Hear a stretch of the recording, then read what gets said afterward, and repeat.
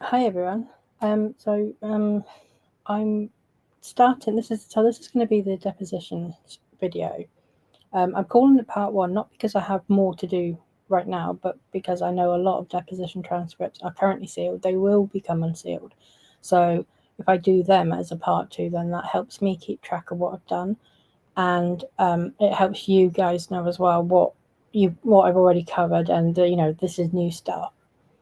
We've got a few deposition transcripts. I've read some. The one with Justin Baldoni when he's being questioned by Mike Gottlieb is quite spicy at times. Um, so there's a few interesting revelations. It may feel like it's a bit choppy because it is, because they jump from pages, and like I might be starting halfway through a question or halfway through an answer, and it may not make sense. And then, at the bottom of the page, it might just suddenly cut off. That's unfortunately, there's nothing I can do about that. It's just the nature of what is here in front of us. But it's interesting because from my perspective, it's like I'm curious to see what questions are being asked. So, what is the focus? It's curious to see as well if we get context to some of the things, like I would love to know more about the birthing scene. I would love to know more about the penthouse meeting. There's a lot. There's a lot of context, and I want to hear them talking about the conversations that were going on, and contexts. So that's why I think these deposition transcripts are quite useful. And as I say, a lot of them are sealed. The only ones, in fact, that are not sealed are Wayfarer Party ones. So I'm going to start with there's two transcripts from Jamey Heath. So we'll start with the first one, which is really short, and it is largely about the business functions. But bear with me because I think it does get interesting. I haven't read it all yet, so a lot of this will be reaction as well. um, all right. Where are we?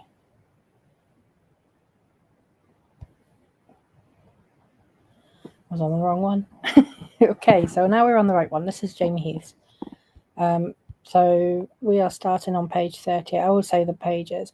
If I say objection, that means that the lawyer representing the party has objected. I will identify which lawyers are there on any particular given day with any particular given party as well, just because it's interesting to see stuff like that. I like details like that, but I'm a nerd.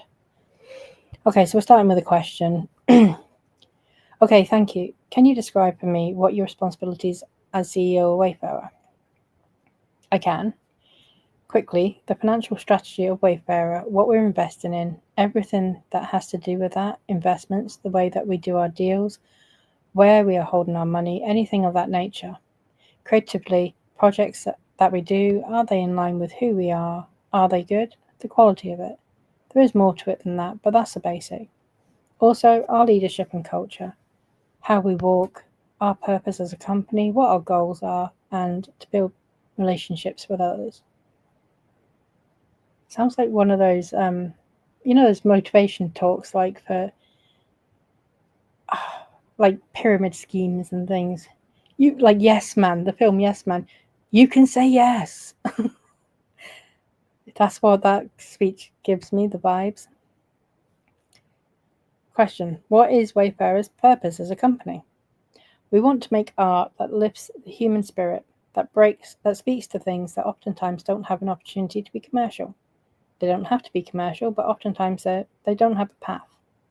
To give filmmakers, sometimes new filmmakers, opportunities to make movies, tell stories that a lot of people may not see are worth telling. It feels like a Tupperware party.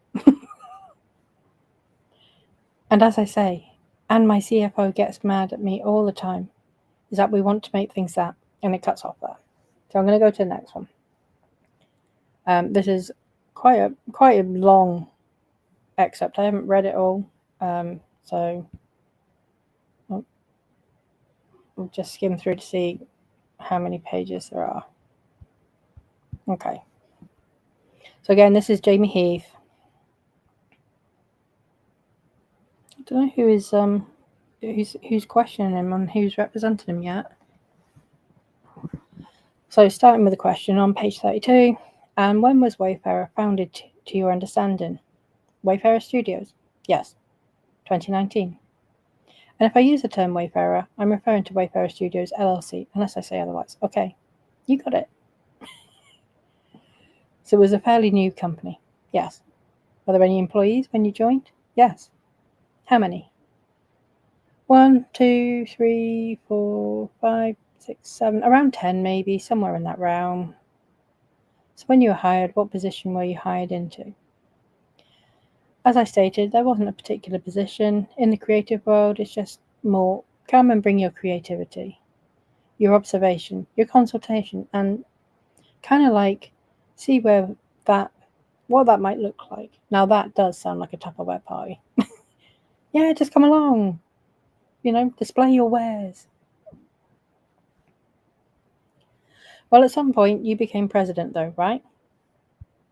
And then we skip page 33 and go straight to page 34. How long did you hold that position? Until almost 2 years ago, or maybe a year and 8 months or so when we brought on Tara Hanks. We gave her the title of president, and I became CEO.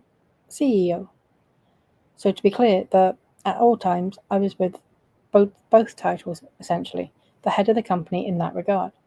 They're just titles. All of these titles are ridiculous to me anyways. He's so chilled. I love his chill nature. I do. And this is stark contrast as well for titles. I don't care about titles versus Blake, who just, destroys everything and everyone to get a PGA credit. You see yourself as head of the company with respect to the day-to-day operations. Objection. Oh, so it's Alexandra Shapiro is representing Jamey Heath. Day-to-day operations. We have an operations manager, and then it's Ezra Hudson is questioning. Well, what do you mean by the head of the company? I just mean the top, the person that ultimately signs off on daily operations would be one of them. Our deals and most of our creative. Of course, not meaning to omit the chairman, but their job is different or their role is different. Where are we? This is page 34. And in the present role, what is distinct between the president and the CEO? And we don't get to find out because I jumped to page 38. Straight into an answer. Yes, yes, he has. I'd love to know what the question was. And then for VP of Creative, is that Angela Cardon? Yes. Has she held that position since 2023? She has. For with respect to HR, is Cynthia Barnes-Slater your head of HR? She is. She describes herself online as retired. Is that not accurate? She was a head of HR of, I can't recall the company, it's like GMC or, a big corporation. She retired from that, and then she does private work in HR for smaller companies. So in a consultant role, essentially. Yes. And how long has she held that position? With Wayfarer? Yes. As long as I've been there, so. Is she physically present in California? She is. She doesn't live in Illinois? No, let me rephrase that. Not as far as I know, but yes, she lives in California, unless something's changed. And does Wayfarer have an office? Yes. Does Miss Barnes-Slater work in Wayfarer's office? Not regularly. Does she work from home? Yes. Is there anyone in human resources other than Miss Barnes-Slater? I know Mitz assists her in the operations level. Outside of that, no. Has Miss Barnes-Slater always worked at home? Objection. Yes. Does she ever come into the office? Yes. How often? She does not have a schedule, so I would not be able to put a number on it. Can you give me an estimate? And then we jump to page 54, where we are halfway through an answer. Different, many shapes. It could be because you were involved in just developing the project, but not involved in producing. It could be because you brought some money into it. There are distributors that, if they distribute the movie, and they would like an EP credit. And then there are vanity credits. Those are pretty much the distinctions. So it sounds like he's explaining the various reasons people get an executive producer credit, which is really just a vanity credit in something that's given to people who put money into a project. So you got a producer credit on It Ends With Us, correct? I did. Why did you receive a producer credit on the film? Let me ask you another question. You were provided a producer credit at the outset of that film, correct? It was not something that was provided at the end. Objection. Correct. And what did you anticipate your role would be on that film for you to receive a producer credit from the outset? Objection. As I had mentioned, producers are in the sandbox doing the work creatively, business-wise, and that was and then we jump to page 138. Jamey Heath. Absolutely. Don't know what is absolutely, but absolutely. Okay, alright. But just to go back to, I just want to make sure I understand. It's your understanding that indie movies just have no HR. Is that right? Objection. That they don't have HR departments, that they don't have a representative on set specifically, that's HR. That they don't have any human resources representatives. Objection. That typically there are, the understanding is that you would go to one of your supervisors' production. Oh. Sorry.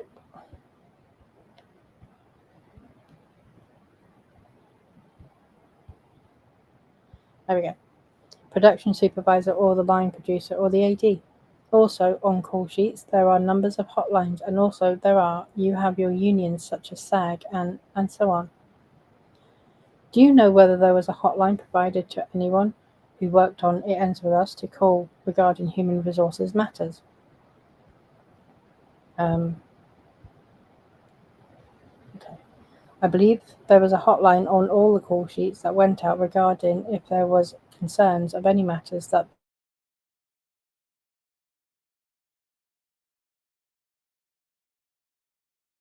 the hotline. I do not. Did Wayfarer pay for someone to answer the hotline? Wayfarer didn't, but It Ends With Us would have. It Ends With Us would have. Were you responsible at all for any of the financial management of It Ends With Us? On a top level? At a top level, okay. Do you have any recollection of ever authorizing or paying someone to man a hotline for the movie It Ends With Us? No, I would not have seen that specifically. You would not? And sitting here today, you don't know if that had actually happened, right? No, I do know there was a hotline. There was a hotline. There was. Sounds like Ezra Hudson's confused. We jump to page 179. Question. Your lawyers produced a video in this case. Did you provide a video in which your wife is in a tub with a baby to your lawyers to produce to us in this case? I did. Okay, and where was that video stored? You mean at what point? At the point you took it to give it to your lawyers. Where did you get it? Where was it? I believe it was on my phone. It was on your phone? I believe so. Okay. Did you edit the video at all before giving it to your lawyers? I did not. So the video you gave was a complete video as it existed on your phone? Correct. What in your memory did the video depict? It's our midwife, my sister, my kids, my wife, myself, our newborn baby. I believe we were singing or praying, the baby was crying, and then at some point we were whispering a prayer in the baby's ear. That's what you recall? Yeah. And your wife was in a tub? A birthing tub, yeah. A birthing tub. And you said she wasn't clothed, but she had a towel over her? Objection. The towel was more over the baby, I think, because, when the baby came out of the water and you bring it up, then it's wet. So you put a dry towel over it. And in the video that you gave to your lawyers to give to us, were you in the video? I am. And are you nude in that video? No. Did your wife give birth in a tub? Didn't they just answer this? She did. What is the relevance of this? Were you in the tub when she gave birth? I was. And then jump to page 197, halfway through an answer. Nothing. It seemed in context of they were filming and a lot of conversations happening, and so I did not think about it after that. And there's been some testimony about Mr. Sauer's being on the set of the day of the birthing video. I'm sorry, the day the birth scene was filmed? Yes. Objection. And you recall him being there that day as well? He was there later that day. I understand, but he was on set at some point during that day, correct? Correct. I'm going to hand you what you've marked as Exhibit 9. And then Alexandra Shapiro jumps in. There is already an Exhibit 9. And then Mitra Hurrian also jumps in. I have Exhibit 9. Heath says, do you need this back? Hudson says, it's Exhibit 10. Exhibit 10, marked for identification. Heath says, okay. Then we jump to page 209. Heath, I don't know that she was in a state of undress. Do you have a specific memory of the incident that Miss Carroll, Miss Baker, and Miss Lively described? I do. Okay, and what is your memory of that incident? Well, this is day 2 of shooting. We had got a text that morning, maybe the night before, but it could have been that morning, from Miss Lively that she wanted to meet with me and Ange and Justin and Alex. We tried to have the meeting that morning. It didn't work out. We tried to have it in the afternoon, several attempts, and we were not able to achieve. At the end of shooting, sorry, my voice is crackly. At the end of shooting, we were at the cemetery. I approached her and said, I know you wanted to meet today, but it's getting late, and suggested that maybe we do it the next day or something. She had said that she was going back to her makeup trailer. We could meet her there and could have the conversation then. Not the conversation that she wanted to have in the morning, the conversation about whether or not we were going to do it that night or the next day. So the conversation, just so I understand it, was just about when the meeting was going to take place. She was hoping to have it that day, that night, and now that it was the end of the day, I was concerned about her turnaround time. Just to clarify that, right, because if Blake Lively works beyond her contracted hours, she gets paid. She gets paid a lot of money.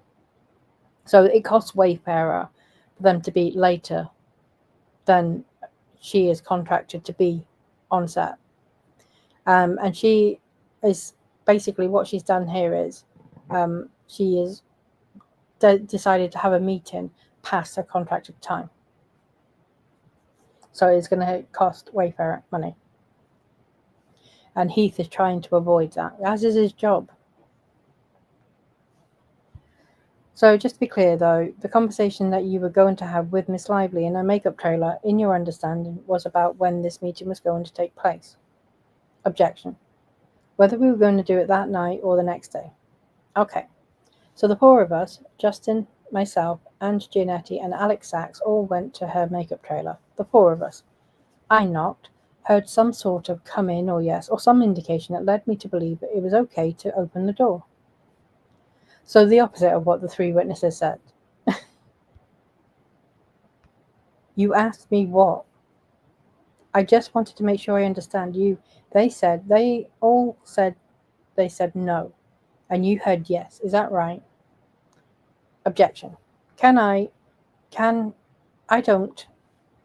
Shapiro then steps in and said, will you let him finish his answer? You asked him to describe his memory of the event and you keep interrupting him. Hudson. Well, I'm asking questions as he is providing the answer. Well, don't ask the questions whilst he's giving the answer.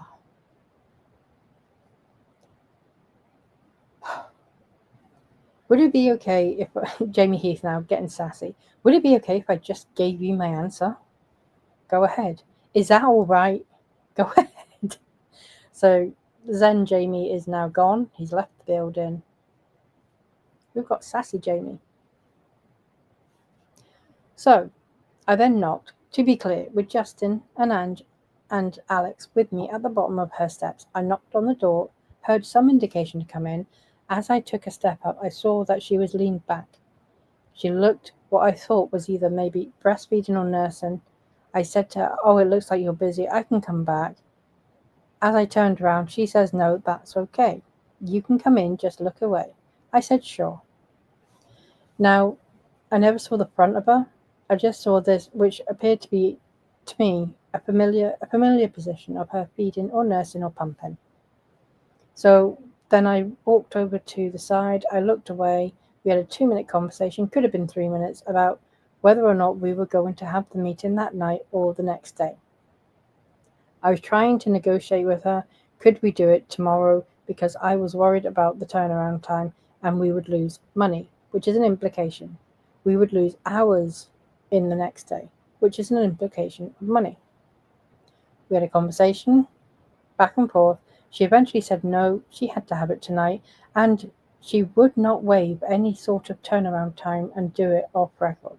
So, to clarify that, Blake Lively's said, no, we're not having a meeting tomorrow, we're doing it tonight, and by the way, I'm not going to waive the turnaround time, meaning I'm not going to waive my right to be paid to be here longer than I'm contracted to be. Real dick move. So then I left, walked down the stairs, out to the makeup trailer where Ange, Justin, and Alex were, reported to them she wants to do it tonight. I tried to convince her to do it tomorrow, but she wants to do it tonight. She walked out 4 or 5 minutes later, greeted us, said hello. We went into her then trailer and we had a discussion about what she wanted to meet with us. And when she came to the trailer for the meeting, did she say anything about what had just occurred in her makeup trailer? She did not. This is on day 2. This is May. May 16th? May 16th. Did you ever learn that Miss Lively had a different view of the incident in the trailer prior to her testimony? I learned that her different view is when I read the CRD complaint. So you didn't hear any concerns raised by Miss Lively regarding this incident in the trailer on the second day of shooting until the CRD complaint? We had a conversation about it on June 1st, 2 weeks later, but not that there was a concern. Okay, and when you say we had a conversation about it 2 weeks later, who are you talking about? There was a conversation with Blake, Justin, myself, and Alex Sachs about she had got COVID and we returned to set. We had a morning conversation before we started working. Okay, so if Miss Lively wasn't saying she was uncomfortable, what was your understanding of the reason she brought up the video? They've jumped a page, I think. Here. Objection. I can tell you from what the interaction was and what I inferred from it. Sure. As she came back from having COVID, and as her text said, she wanted to get off to and then he reads, back to work on a solid track. She said to me that, and then Jamey, Heath is reading her text here. Jamey, you know when you walked up to me to show me the video with your wife, I thought you were showing me porn. Is it a setup? If she's getting it in writing so she can say she got evidence. I said, oh my God, I'm so sorry. Really? Oh my gosh. She was like, I know that it wasn't, but it startled me. I thought that's what you were showing me. I was like, oh my gosh, I'm so sorry. And then we moved on. She didn't say anything that it was uncomfortable. She was just telling me that's what she thought. She recognized that what she thought it was, that it wasn't, was, in fact, what I showed her. Then she moved on to the next subject. Then we jump to page 223.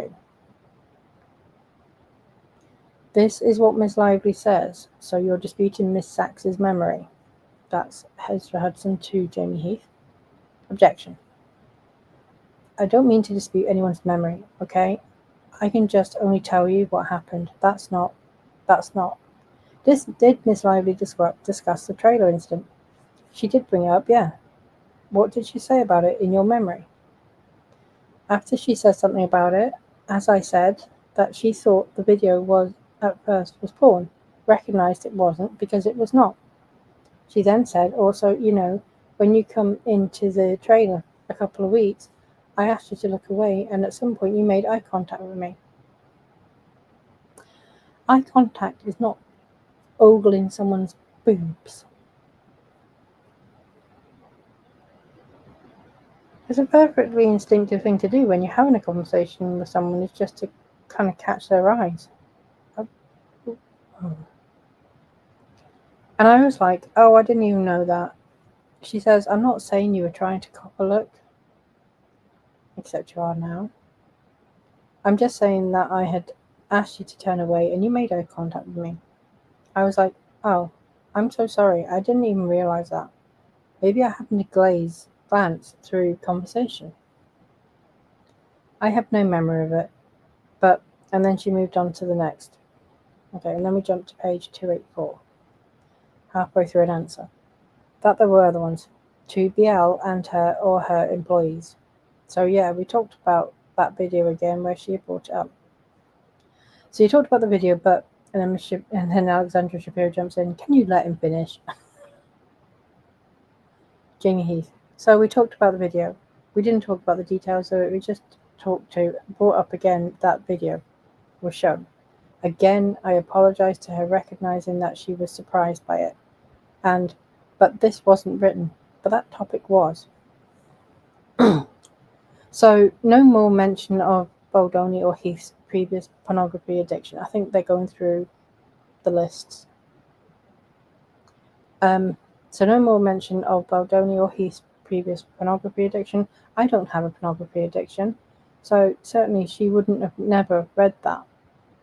And I don't know what that refers to. So no, that was not discussed. Oh, are they talking about the meeting in the penthouse now where she reeled off the 30 point? The no more list. And so the context I'm picking up, I'm thinking is, he's going through point by point. Did you discuss these no more points of the 30 points? And this is the pornography addiction, where Blake Lively claimed that Heath talks about his pornography addiction, and he has never had one. And he is sitting here saying, no, we didn't discuss that, and she would not have discussed me having a pornography addiction because I don't have one. I think that's just to try and orientate myself and everyone else. I think that's where we are. Did she talk about Mr. Baldoni's referencing pornography addiction during this meeting? I believe she mentioned something about it, so it was a meeting. What page are we on? 284, right? Just so I know where I am. I believe she mentioned something. Okay, did she talk about wanting to, neither her nor her employees want to hear personal experiences of other people's sex lives, including as it relates to spouses or others? And then it jumps to page 290. And I think they're still talking about the meeting. So question, and you've given me a full scope of your memory of what was discussed in that 5 or 6 hours. 5 or 6 hours? The meeting in the penthouse went on for 5 or 6 hours? Objection. No, a lot of it was Ryan belittling Justin. Good God.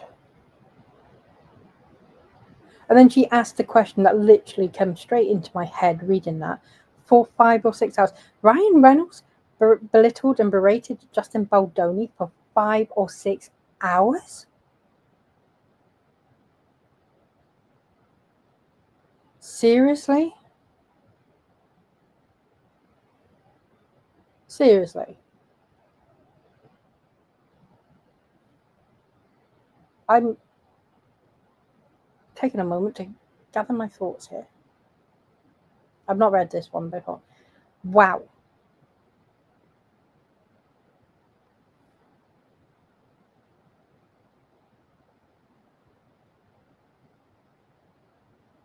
Okay, so I'm going to share this because this is in the timeline actually, because I put it on pause and went looking for this because this is over the fat shaming thing and asking about Blake Lively's weight, right? This whole berating thing happened apparently, and I think it was myself and a little nomad, and it was a bunch of us early on in this case discovered that with the help of the Exhibit A timeline that here on April 25th, Baldoni was summoned by Lively to her penthouse, greeted by Reynolds, who swore at Baldoni and accused him of fat shaming his wife. How dare you fucking ask about my wife's weight? What's wrong with you? The tone from Reynolds and Lively was so aggressive that Baldoni felt that he had no choice but to offer repeated and completely unwarranted apologies for what was a good faith and reasonable question to his trainer, not Lively. Reynolds demanded that Baldoni remove the lift scene entirely.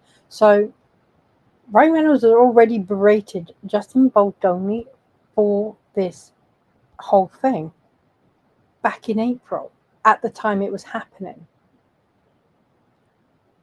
What the hell has he still got, like, many months later, nearly 9 months later? No, 7 months later. 8 months later. What is there still to say, right, that takes even 6 minutes, let alone 6 hours? How much of an unhinged psycho is Ryan Reynolds have to be screaming at Justin Baldoni for 5 or 6 hours? I am really shook. What the hell am I reading?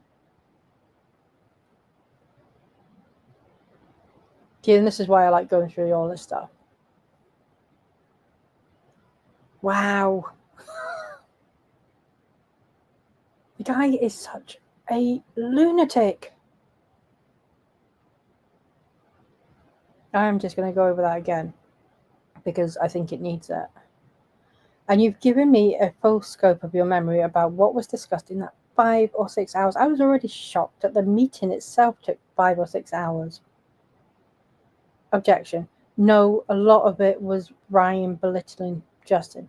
For 5 or 6 hours, a lot of it was. Oh my God.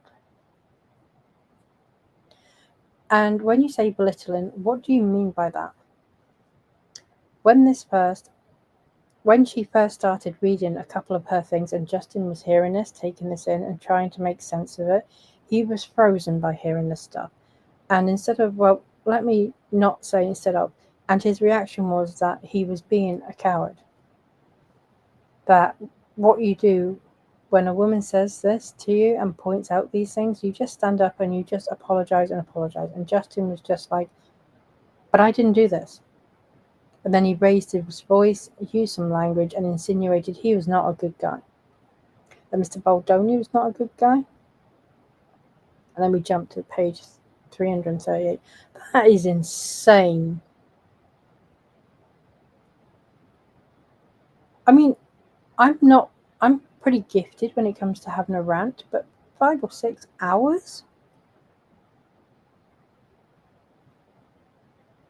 At that point, you're not even making a valid point. You're just abusing someone. You can be angry, and that's absolutely fine. But there is something seriously wrong with someone who does not calm down after, 10 minutes or so. Did you discuss with Mr. Baldoni hiring Jed Wallace of Street Relations? I don't recall. I don't remember. Did you discuss with anyone else at Wayfarer what Mr. Wallace was being hired to do? I may have. Did you discuss it with Mr. Sauritz? I don't have a particular memory of it, but I may have. I don't know.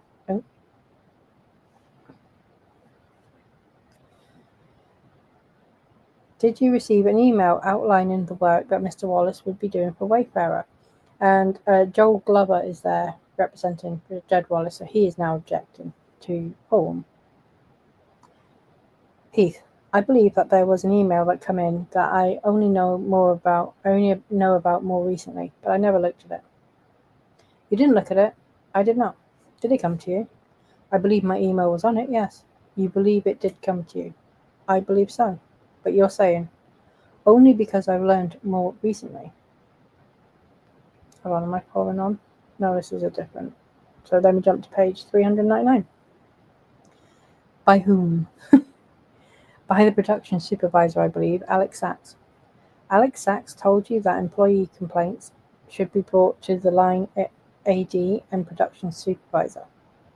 I don't know specifically. I just know that they were saying that if there's anything that needed to be any concerns, that they would report them. That was standard protocol. That's what Miss Sachs told you? At some point, yes. And did she say that was her understanding of the protocol with respect to human resources concerns on an independent film? Objection. I don't recall beyond that. You don't recall beyond that, so you don't recall her specifically saying human resources concerns of employees should be brought to the line AD and production supervisor. I don't recall that. The training that you referenced, did you attend in person? It was a Zoom that I attended. Did you attend in person? Objection. The individual given it was on Zoom, so I was in person on the computer, but he was on Zoom. You were in person on a computer. The training was remote. The individual given the training was remote, so I was in front of my computer on the training. So were you were not in a room with the other cast and crew, is that right? No. Was the other cast and crew assembled in a room for the training, do you know? I don't know. And where were you physically located when you took it?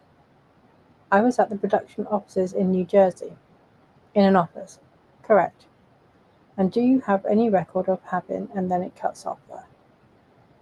Wow, well that was a lot more than I expected.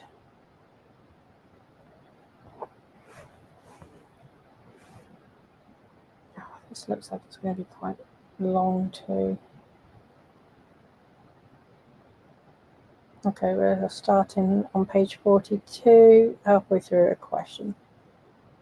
An understanding of why they've been promised ghost equity or some sort of promise of equity in Wayfair. I believe so. Can you tell me? I will start with Ahmed. Ahmed was my former partner at Wayfair Entertainment, which was a small production company that I started years ago, and he's an independent producer now. But I didn't feel like I could have started Wayfair without his help with Wayfair Entertainment, so I gave him a small piece of my own equity. Jamey Heath took a low salary compared probably to a lot of other folks and has lived and breathed the company, and Steve and I felt he deserved a small piece of equity. And I'm still unsure if Tara Hanks officially has any or that any was promised, but when she joined I think it was discussed, but I don't have a full memory of it. Would you say it's accurate that you and Steve Sauerwitz co-founded Wayfarer Studios? Yeah, I think so.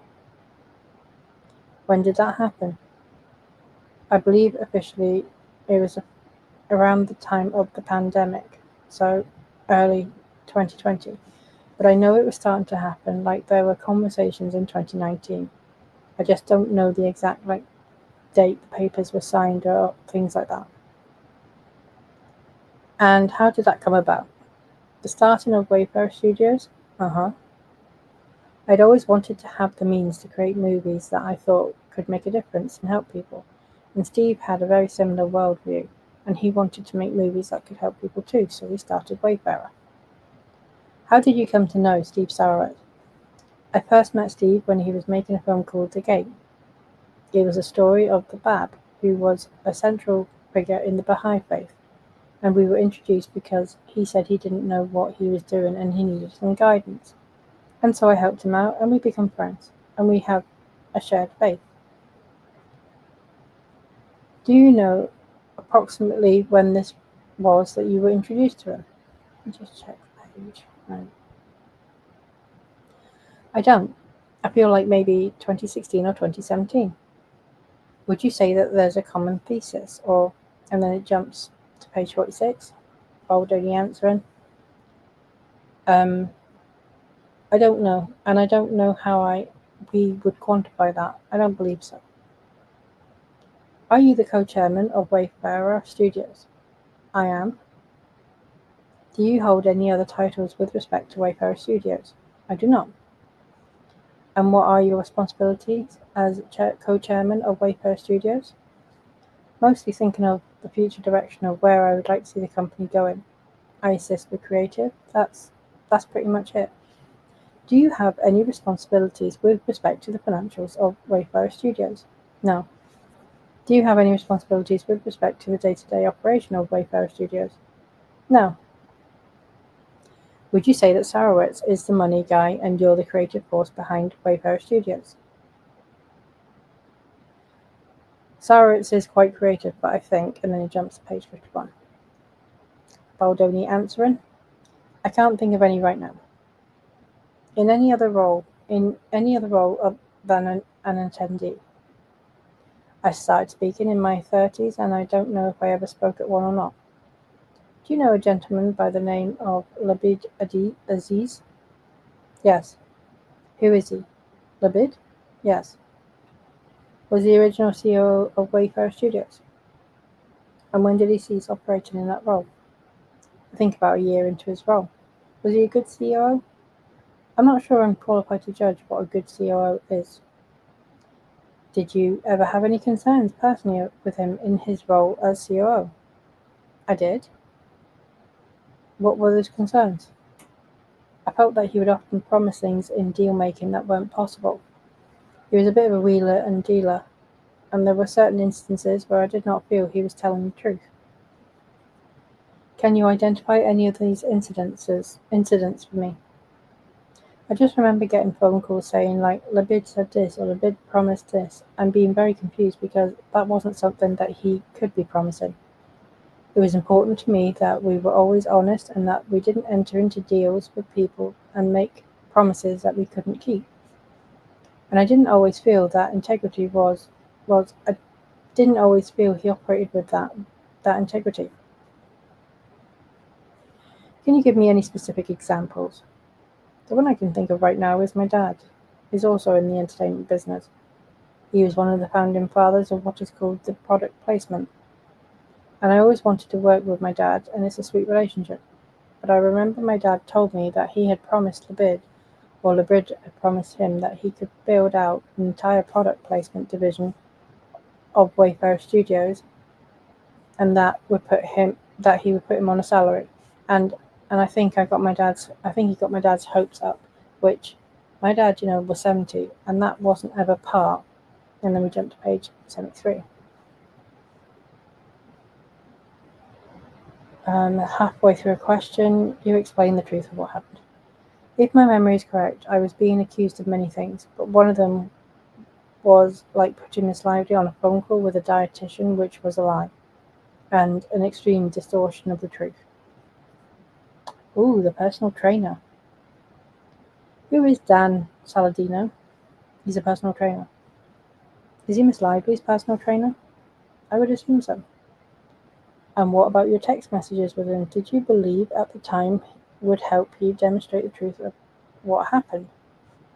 The communication between him and myself that showed that he was also working with me. How many screenshots do you recall sending to Mitz? I wish I could tell you. I don't know. More than 2? Yeah. More than 5? Probably. More than 10? That was a very hard time, I will say.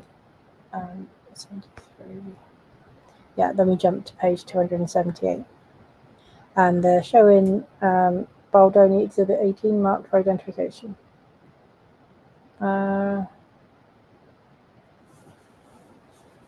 Questioning by Ms. Shah. Is this the idea from your partner Steve Sauritz about flipping the narrative that you were just discussing flipping the narrative about? Can I have a second to read it, please? Of course. Okay. So is this substance of the idea that you were just talking about that came from your partner Steve Sauritz about flipping the script? Yes. And that included flipping the script from Ryan saying, and then she reads, script was a disaster and he saved the movie, to something about Ryan claiming the female hired was a feminist writer, didn't know how to tackle a female film, etc. Do you see that? Yes. This idea that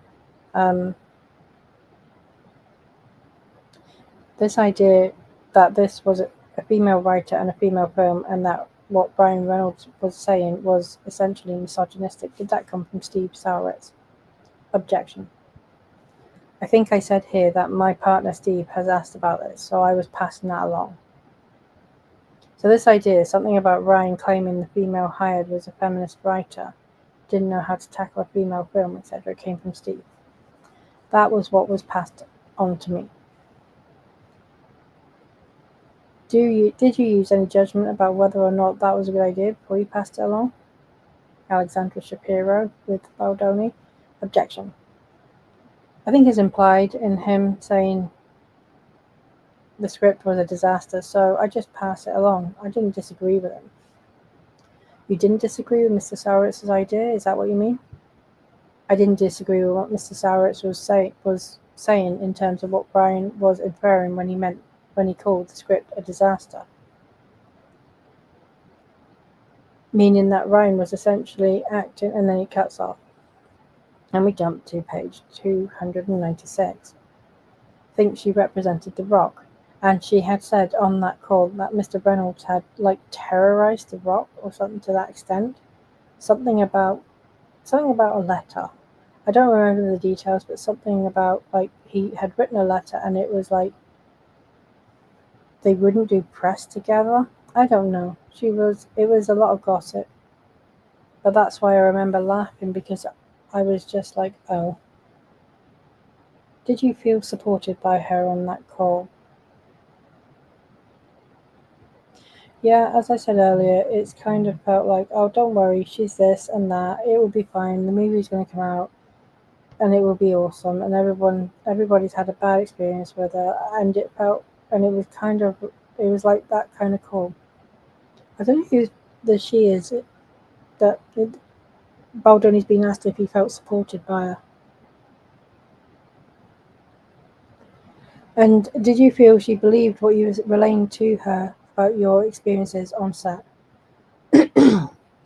Yes, I don't remember sharing much. But what I did share, I just shared the truth, and yeah. What do you remember sharing with her about your experiences on set? I specifically remember sharing the situation with our trainer and asking him about what he thought Miss Lively might weigh when we shot the scene where I had to pick her up because of my back, and how they confronted me the next day, and how this trainer evidently then went and told her that I was asking about her weight or something, and then how that became this big thing. And they sat me down, and I just remember kind of not being able to believe that was even a thing.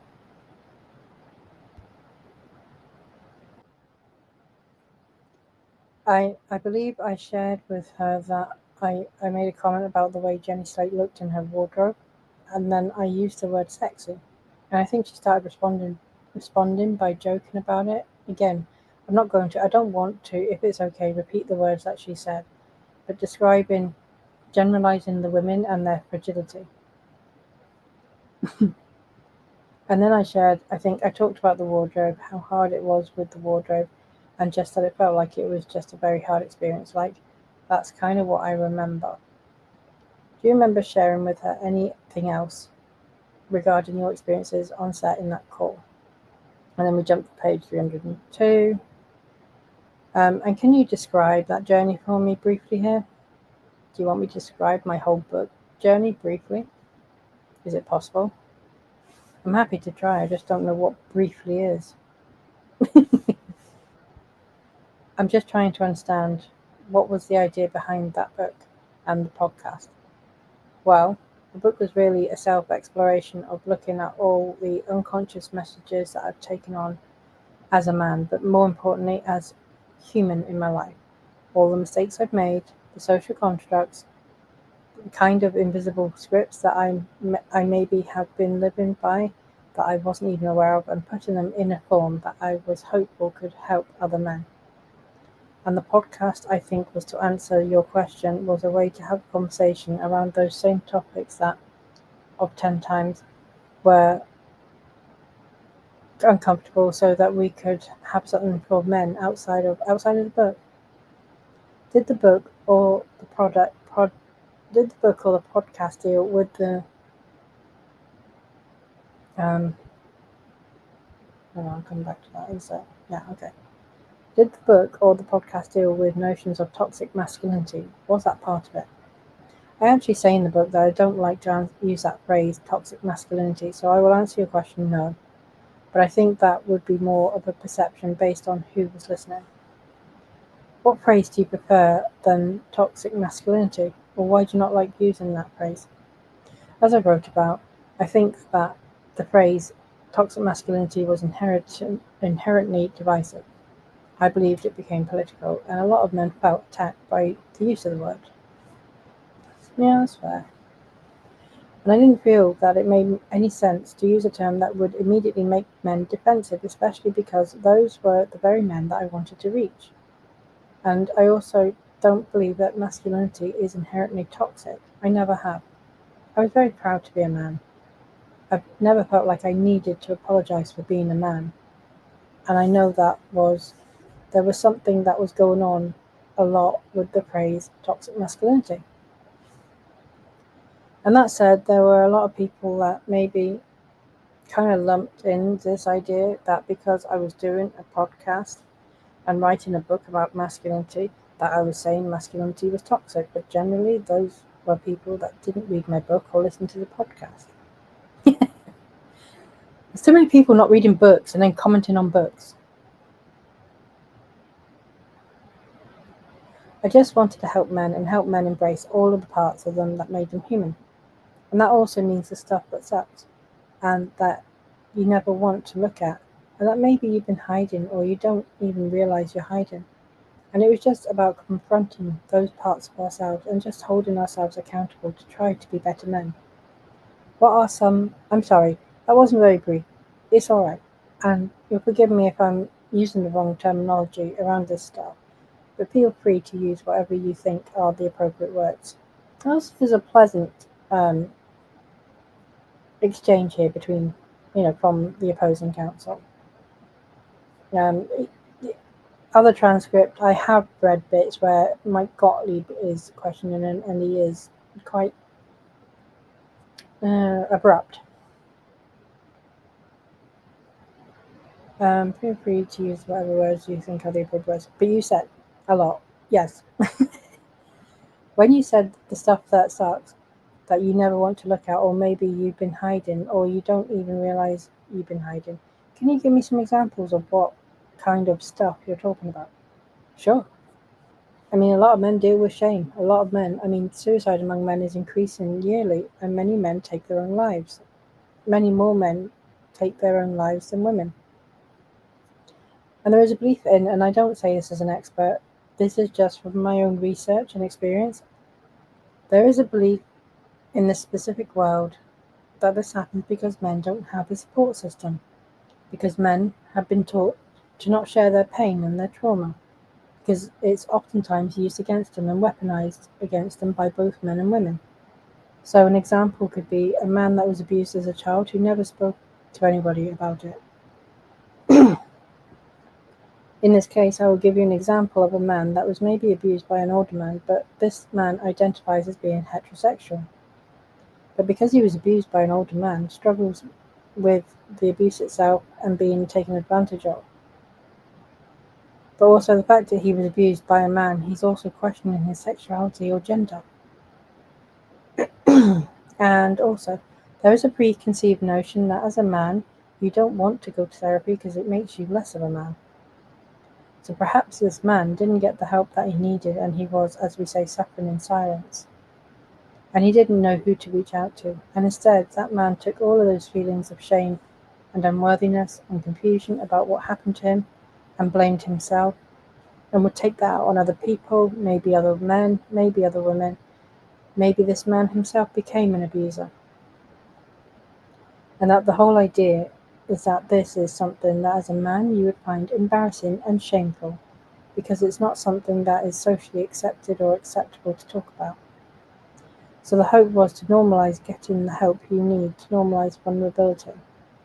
Let men know that they're not alone and that there is all kinds of examples of these types of things. I'm happy to name another one if you want me to. And again, this is just a hypothetical man, and many of these men end up eventually taking their own lives, and that breaks my heart, and hurting women in the process, which also breaks my heart. Oh God, this is so nice. This is so nice. Did any of your work on the podcast or in this book around this idea of man up have to do with gender norms or gender relations as between men and women? I think the entire book was inherently about gender and masculinity specifically.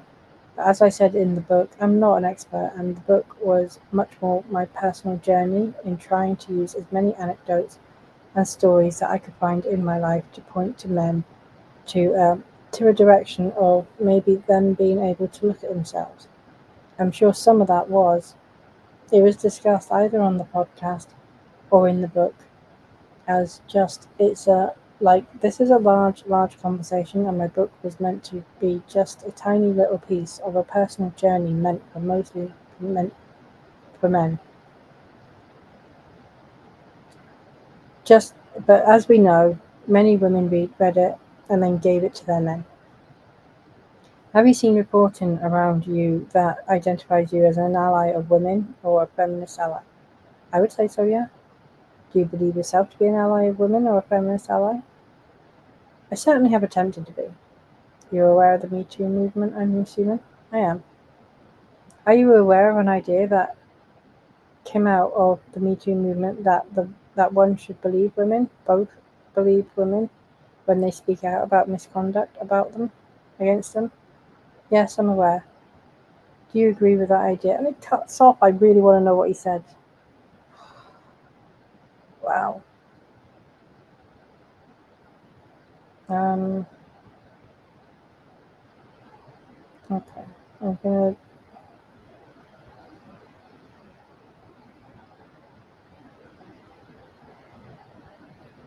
Okay, so now this is more of Justin Baldoni's deposition transcript. It's a different excerpt, though. Okay, so we're starting at page 20 with halfway through a question. Interview with Glamour magazine, is that right? I don't know which magazine it was. I remember talking about it only once, and it was right after a speech that I gave. Okay, after that TED talk you gave. Yes, at TED Woman. Do you recall being asked a question prompting that answer? Did you ever feel like you were harassed or victimized on set? I don't remember that. Okay, but as you sit here today, this is the first example you brought up in response to my question of whether you have been sexually harassed. So Justin Baldoni is being asked whether he has been sexually harassed. That's the first response that. I think you've asked me if I've talked about it publicly. Okay, yeah. Why did you feel harassed by what this producer did? Well, he was asking me to get naked in the hot tub with him and standing very close to me with his naked genitals, like intentionally walking close to my face. It was just him and I in there, and he was using the idea that. And then we jumped to page 22. Baldoni. No. So he didn't assault you. I wouldn't call it assault. I don't believe I characterized it as assault. I didn't say you served it. You did serve. I didn't say you did serve. Yeah. You were bigger and stronger than this guy, right? Oh, this is Gottlieb. Right, okay. That makes some sense. You were bigger and stronger than this guy, right? I would imagine I was. This wasn't someone the size of Dwayne Johnson or The Rock. Aren't they the same person? Or something like that. It was not. So if it had come to it, you probably could have knocked this guy out. Object. Is Gottlieb seriously suggesting that because Baldoni potentially could have taken down someone he felt he was being sexually harassed by, that it was not a big deal? Is he like victim blaming here? Oh, really? Were you sexually harassed? You could have taken this guy. You were bigger than him. Seriously? That's gross. That's really bad. Miss Shapiro, objection. Yeah, I don't blame her. Baldoni, I'm not much of a fighter. I would have left. Gottlieb, you didn't work for the guy, right? No. So you had no employment relationship with him? No, I didn't. Okay, did you? Do you know who he was? I think he told me his name, but did you try and find him after the incident and talk to him about it? No. Did you find him before you talked about this event in Glamour magazine? Objection. No. You didn't want to give him an opportunity to take accountability for his actions and make it right? Where is this questioning going?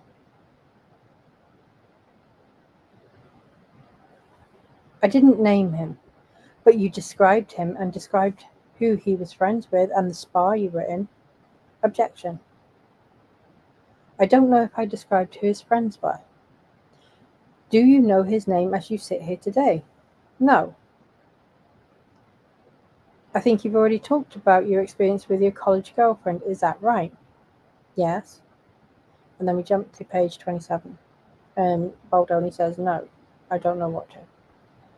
Golly, did you ever go back to talk to any of your college friends or people that you might have hung out with mutually to tell them what you were going to do? I don't know anybody from back then. Do you have any idea whether or not your college girlfriend would agree with the way you remembered the events relating to the losing of your virginity? Objection. I don't like this questioning. I don't like this questioning. Objection. I don't know what she would think. I don't know who she is anymore. But you thought it was okay to go on TV and tell the world that your college girlfriend had sexually abused you without ever talking to her about it? What? Objection. I wasn't aware. Baldoni snark. Love it. I wasn't aware I needed to ask her permission to share my story. Gottlieb. Am I right that one of the things that was most traumatic about this to you is that you, and then we jump to page 34.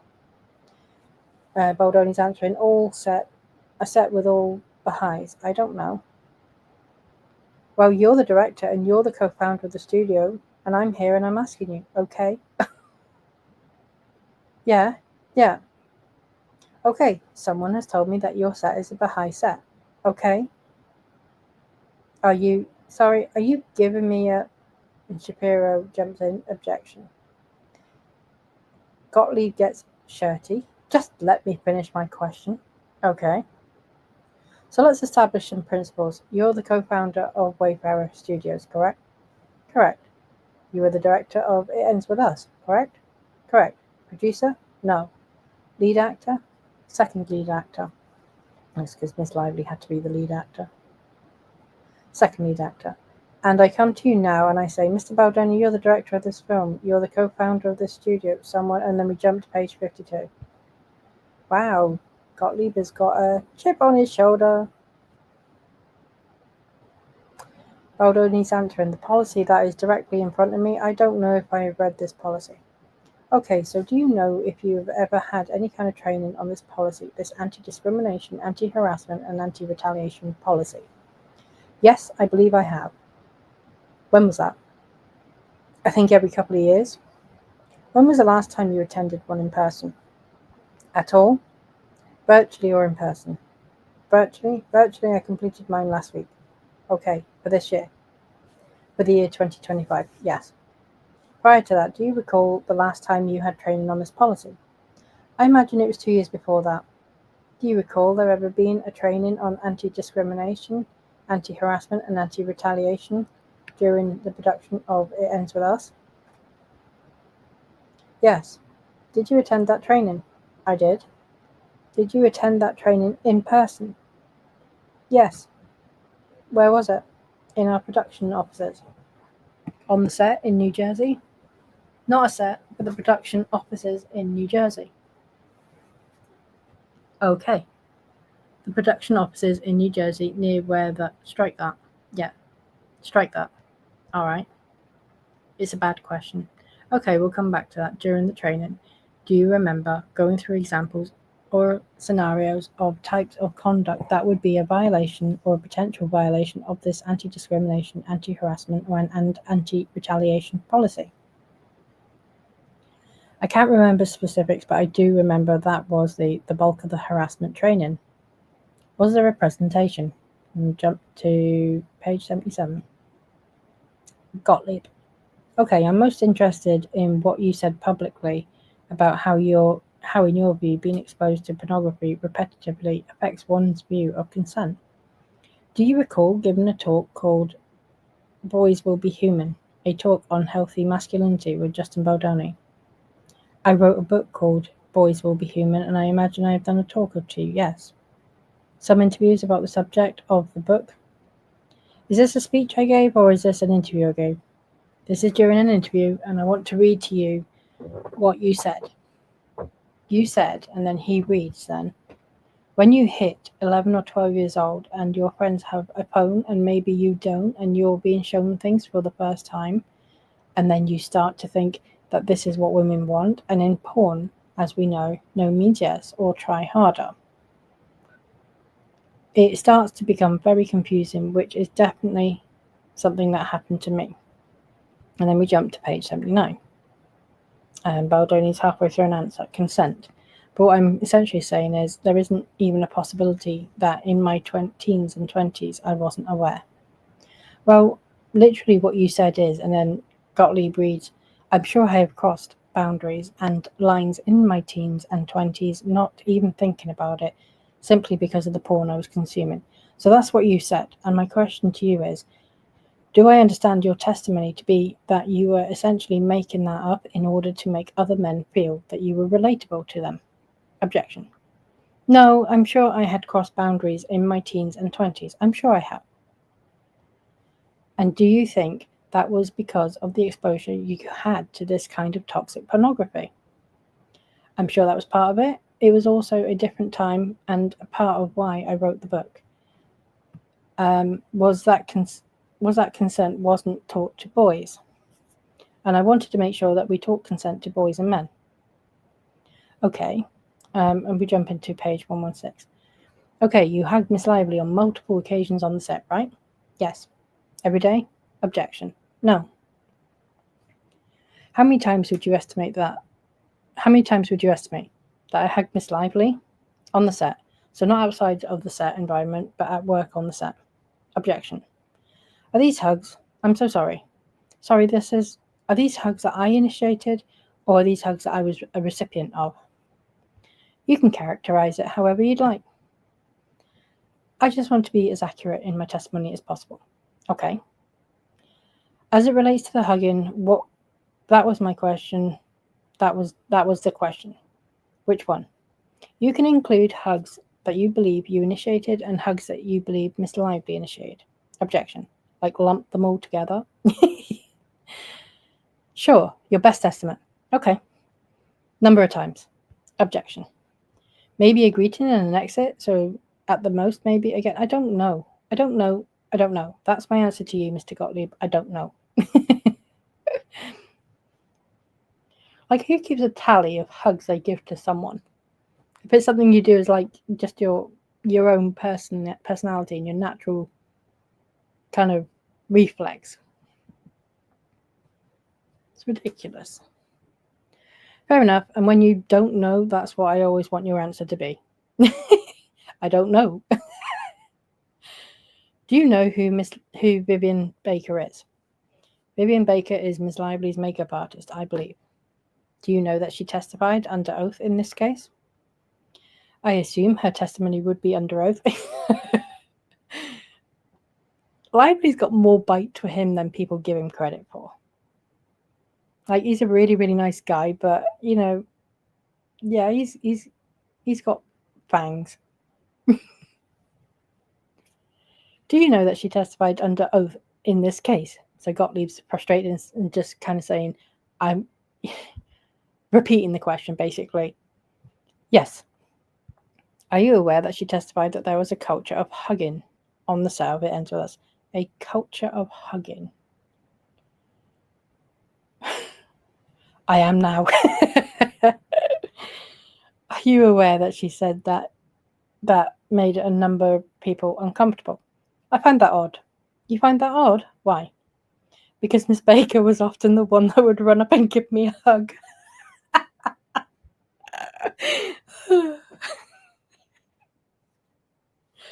And because of that, you find it odd that she testified that a number of people felt uncomfortable with the culture of hugging on the set of It Ends With Us. I find it odd that she's testifying to something she does. I find, how can Gottlieb literally sit there and just not hear that? Someone who themselves runs up and hugs people is testifying that hugging people makes people uncomfortable. What the fuck? Do you remember earlier when you testified about the hot tub? You're referring to what? Sexually harassed? When you were sexually harassed in the hot tub, and then we jump to page 117. And Gottlieb's reading something. I think it's to do with script writing. As the two climax at the same time, they lock eyes and cannot help but smile, baffled that they found each other. Yes. Whose idea was it to add the two climax at the same time? Christy Hall. Oh, so because Blake Lively said that this is one of the gratuitous scenes that Justin Baldoni added, so it wasn't Christy Hall. When did she communicate that to you? We did it. We were writing together. We were in a room in my office. We were specifically working on a lot of the sex scenes and what did? Sorry, go ahead. And we were writing a movie that was filled with romance and lust and intimacy and sex. And again, these are all outlines, right? So a script has far less description than a book. So you have a ton of pages and very detailed descriptions of various scenes so that you can paint the picture in your mind, and all writers do, which I learned a lot on this process, is you have a conversation. Hold on, I'll be jumping. Yes, we're skipping over a page and going to page 176. Okay. This is halfway through the question. Conversation with Miss Lively about the scene in which you discussed you and your wife. Objection. I remember a conversation not discussing a scene where I brought up my wife. Yes. And what do you recall bringing up? The day before I had a meeting with the intimacy coordinator to go over ideas for all of these scenes, I wrote down a bunch of notes from that meeting. The following day, I had a meeting set with Miss Lively to specifically talk about the sex scenes. That was the actual point of the meeting. In that meeting, I read through and walked through the notes that I had discussed with the intimacy coordinator. I'm going to have to do, this is taking longer than I thought. I'm going to do a part 2 for Melissa Nathan, Jen Abel, and Steve Sauerwitz's, and I think, for their deposition transcript. So I'll do a part 2 because I don't want this to become a long video. So we're not too far away from the end here of Justin Baldoni's deposition. One of them was an idea that had come up where Ryle and Lily were making love. Lily had climaxed or had an orgasm, to speak frankly here, and Ryle did not. And the idea, as the intimacy coordinator and I were talking about things that women have not seen on camera yet, things that would be unique, that would be attractive to the female gaze, which was the purpose of that meeting. The idea was that Ryle would then stop and say, just watching you was enough, or I'm good, or something like that. When I shared that with Miss Lively, she then made it personal and said, oh God, that would mortify me if that happened to me. To which I then responded, as one does when you two grown adults with children who are married in the context of talking about sex scenes with a movie that you're making with a person who is understanding that there are going to be sex scenes in a book based with a lot of sex in it. The only thing you really have to share are personal experiences. So I said, oh well, some of the most beautiful moments have been when that's happened with me and my wife. And that was it. So you were interested in shooting the scene from the female gaze. I was interested in shooting all the sex scenes from the female gaze. Did Miss Lively have a female gaze? What? Did Miss Lively have a female gaze? I would imagine so if she's a female.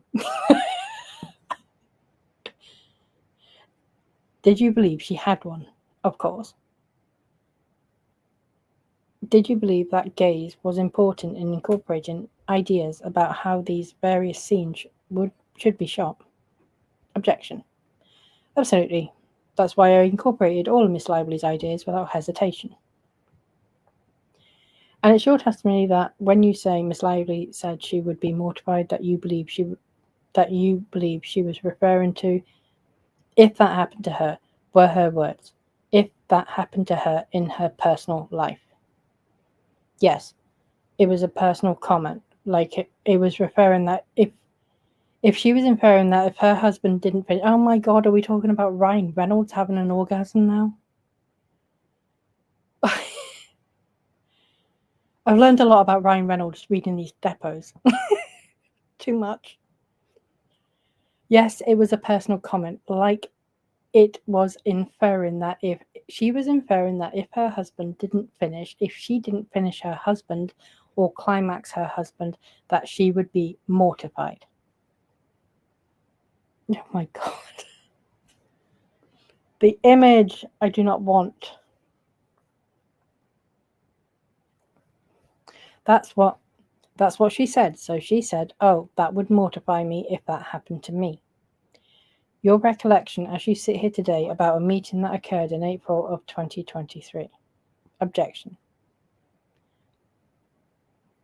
I would imagine that's the, and then we jump to page 203 and half of an answer to Brandon Sklenar, like that. Okay, so I don't know what the context is. So if somebody said they heard you say that your under oath testimony would be that they are mistaken. My under oath testimony is that I don't believe I ever said anything to that effect to Brandon Sklenar. Oh my God, I want to know what he said to Brandon Sklenar. Or what he's alleged to have said. Did you say to Miss Slate when you made the sexy comment that you could say that because your wife was there? Objection. My recollection of the sexy comment was that it was all kind of said in one sentence. And what was the one sentence? Miss Slate walked in. As a director, I was doing whatever I was doing, getting the set ready. I looked over to her. She was wearing I believe, black leather pants, which were designed to, I'm sure, look sexy. And without thinking, I said something to the effect of, oh, wow, those pants look sexy on you. And my memory, if it serves me correctly, my wife was in the room nearby. And I think in my head, I was like, oh. And then we jumped to page 300.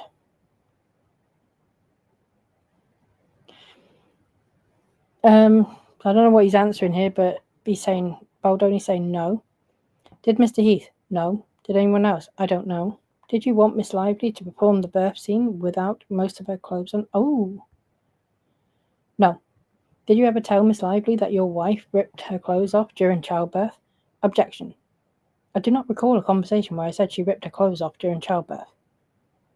Do you recall ever sharing any information with Miss Lively in speaking about the birth scene in the movie where you recounted information about your wife giving birth to Miss Lively? Objection. I remember numerous conversations where Miss Lively and I were talking about our, and I don't mean my birth, our like collective births where she shared personal information and then I shared personal information about my wife. And as you sit here today, you can't recall any conversation in which the topic included the amount of clothing or the type of clothing that Miss Lively's character ought to wear during the birthing scene. Objection. I don't remember anything specific about clothing. That was definitely not what we were talking about in terms of all the conversation around our births. Did you ever ask Mr. Heath to share any portion of a video of his wife giving birth with Miss Lively? I did. Did you specify when you asked Mr. Heath to share that video with Miss Lively what he should share from it or how much he should share from it? Objection. The only video I'm aware of is after the birth of his child, so I believe there is only one that I asked him to share. And then we jump to page 328. We are halfway through a long answer. In their circle, Hugh Jackman, Sean Levy, Taylor Swift. Oh. By that point, as I testified earlier, I was essentially forced or threatened to step down off my film. I wasn't able to finish my own film, even considering it tested higher. Somehow, the actress of my movie, who was not a producer, was able to take complete control of the film. All right, you can hear how pissed off he is. And confused. By this point, Miss Lively had requested that my name be removed, so I had a film by credit removed. I was removed from the majority of marketing materials from the poster. I was being removed for the most part from the trailer. I know that she had been working with Taylor Swift to make sure that she got the song she wanted in the film. And I had assumed that was a battle or a fight that was not a battle or a fight I could ever win. All of the cast had unfollowed me, which is a very public thing to do right before a movie comes out, all in unison. And at that time, I was being threatened by my agency that if I didn't release a statement, then the gloves would come off. Now, I don't know the exact sequence of the time in which I sent that text, but I wrote out and it cuts off, and oh my God, it cuts off like at a moment where it sounds like it's going to get really spicy. Okay, I am going to do a part 2 for this because an hour and 20 minutes, that's just Jamey, Heath, and Justin Baldoni's deposition transcripts. I think Steve Sauerwitz, Melissa Nathan, and Jen Abels are considerably shorter, but I will do a separate part 2 video for them. All right, so I'll be back with the next one really soon. But the tea, oh my God, some of the tea in this. Just to summarize, like, Ryan Reynolds is an angry little man who's unhinged, and Miss Lively, Blake Lively, would be mortified if he did not climax. You're welcome.